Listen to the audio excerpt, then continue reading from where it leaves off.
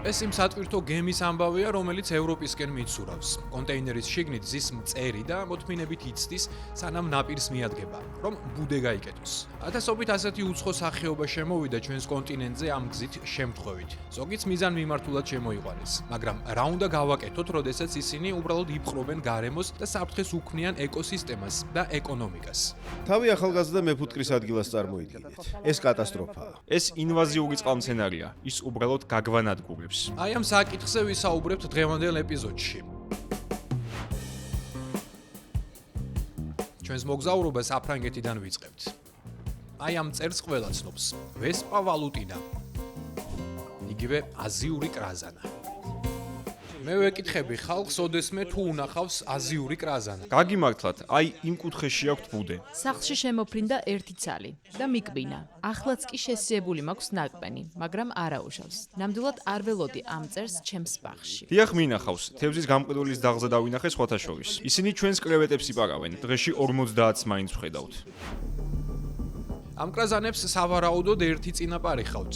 დედოფალი, რომელიც 2004 წელს ჩაძვრა ფრანგი მებაღისთვის ჩინეთიდან ჩამოტანილ ქოთანში. მას შემდეგ ამ წერმა დაიპყრო მთელი საფრანგეთი და ევროპის ნაწილი. სრულიად მკაფიოდ ჩანს ყვითელი ფეხები, ასევე შავი და ფორთოხლისფერი ზოლებით შეფერილი მუცელი. ეს ნამდვილი უბედურებაა ჩვენთვის. იმიტომ რომ ასეთი მწერების ერთი კოლონა წელიწადში დაახლოებით 11 კილო მწერს იღებს საკვებად. საფრანგეთში აზიურმა კრაზანამ სავარაუდოდ ფუტკრების მესამედი გაანადგურა. ნახეთ, აი აქ ფუტკრებს იჭერენ. კრაზანები ტოტზე ცოცდებიან, თავსაგლეჯენ და აგდებენ. მხოლოდ კუნთოვან მასას იტოვებენ, რათა პროტეინით გამოყვებონ ლარვა. ეს კრაზანა ზუსტად ისეთივე პრობლემად იქცა მეფუტკრეებისთვის, როგორებიცაა კლიმატის ცვლილება, მონოკულტურა, პესტიციდები და პარაზიტები. შემოდგომით მტაცებელი შედარებით ცხრება. ეს ძალიან კარგი დროა ფუტკრის დასაჭერად. ალანი ძალიან ფრთხილობს, რომ არ შემოაკვდეს მწერი. გამოსავალი მხოლოდ მწერის სელექციური დაჭერაა. ამას შეუძლია მნიშვნელოვნად შეამციროს მტაცებლის პრობლემა. იმიტომ რომ შეუძლებელია მათი მოსპობა. არა, ეს შეუძლებელია.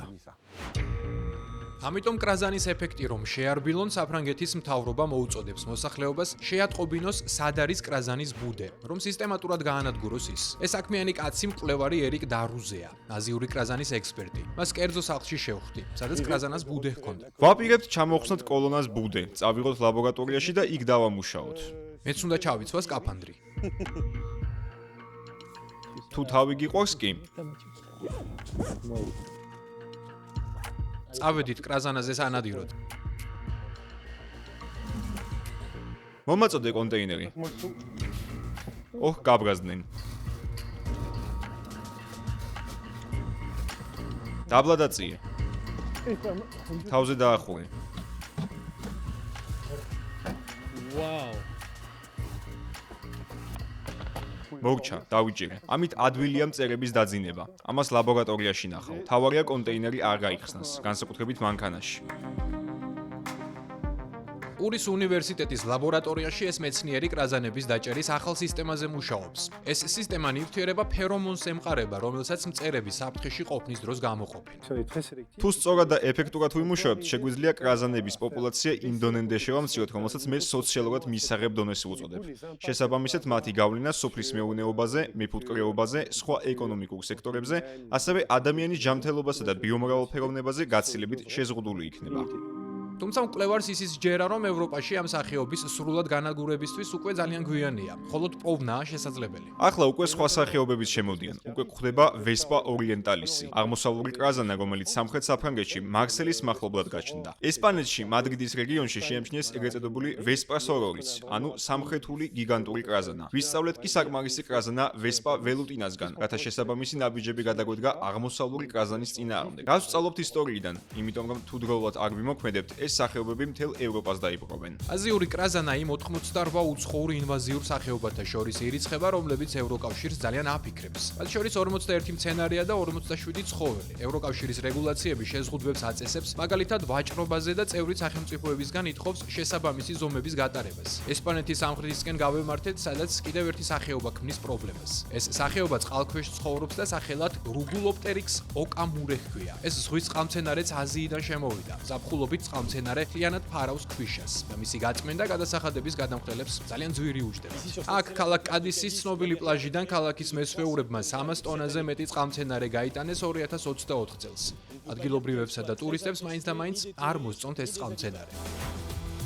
ესპანეთში ეროვნული სტრატეგია შეიმუშავეს, რათა აკონტროლონ ეს წყალმცენარე, რომელიც თევზაობასაც დიდ ზიანს აყენებს.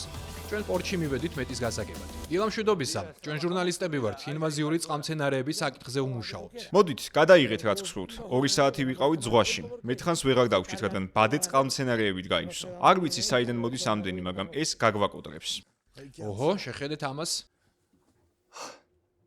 როდესაც ბადე წყალმცენარით ივსება, თევზი მას გვერდს უვლის. ხედავს ბადეს და უკან ბრუნდება. კიდევ ერთი პრობლემა ის არის, რომ ზღვის ფსკერი სავსეა წყალმცენარით. ამიტომ თევზი ვეღარ იკვებება და სხვაგან მიდის საკვების მოსაპოვებლად. და აი მთავარ პრობლემასაც მივადექით. ეკოსისტემა ერთგვაროვანი ხდება. ენდემური მცენარე მომაკლავს გავს. წყალმცენარე ცხრილავს ზღვის ფსკერს და ანადგურებს ბუნებრივ ჰაბიტატს, ამიტომ თევზი ძალიან ცოტაა. თევზი რომ იაფიღირდეს, აღარც კი იქნებოდა მომგებიანი სათევზაოდ გასვლა. Si no fuera por el precio del pescado, pues no sería factible ni salir a pescar.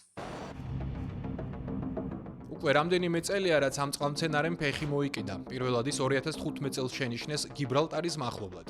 შემდეგ შეამჩნიეს მარსელთან, პალერმოსთან და ბასკების მხარეში. სიმართლე თუ გინდათ, ამ სახეობებს ისეთი ინვაზიური პოტენციალი გააჩნიათ, როგორიც ალბათ არასდროს გვინახავს აქამდე. მეცნიერები ცდილობენ ამოხსნან ამ მცენარის ელვისის სწრაფით გავრცელების საიდუმლო და საკმაოდ პესიმისტურად არიან განწყობილნი. მას კონკურენტი არ ყავს. არ არსებობს ცნობები არც რომელიმე ბალახის მჭამელზე, რომელსაც შეუძლია აკონტროლოს წყალმცენარის ეს სახეობა. 10 წელზე ნაკლებ დროში ეს მცენარე სულ სხვადასხვა გარემოში გავრცელდა და ჯერჯერობით ვერაფერი აჩერებს. ანდალუსიის რეგიონული მთავრობის მკვლევრები სწავლობენ იმ სახეობებს, რომლებიც ამ წყალმცენარით იკვებებიან, მათ შორის მაგალითად ამ ზღვის ზღარბებს, რათა ამ წყალმცენარის მართვისთვის ზუსტი მონაცემები მოიპოვონ.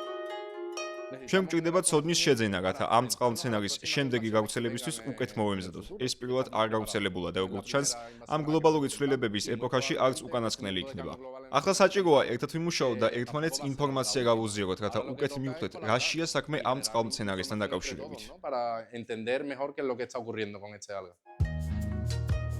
ამ წყალმცენარის ბაზარზე გატანა ჯერჯერობით აკრძალულია, თუმცა ევროპული პროექტის ფარგლებში უკვე ფიქრობენ, თუ როგორ შეიძლება ამ უხვი ბიომასის გამოყენება. ჩვენ ვაპირებთ შევაფასოთ, რამდენად ვარგისია ეს მცენარე, როგორც იმუნოსტიმულატორი და შემდეგ მივაწოდოთ თევზსაშენს თევზების საკვებად, რათა გაუმჯობესდეს მათი იმუნიტეტი და მეტი წინააღმდეგობა გაუწიონ დაავადებას. აი აქ სრულდება ჩვენი მოგზაურობა. მომავალ შეხვედრამდე.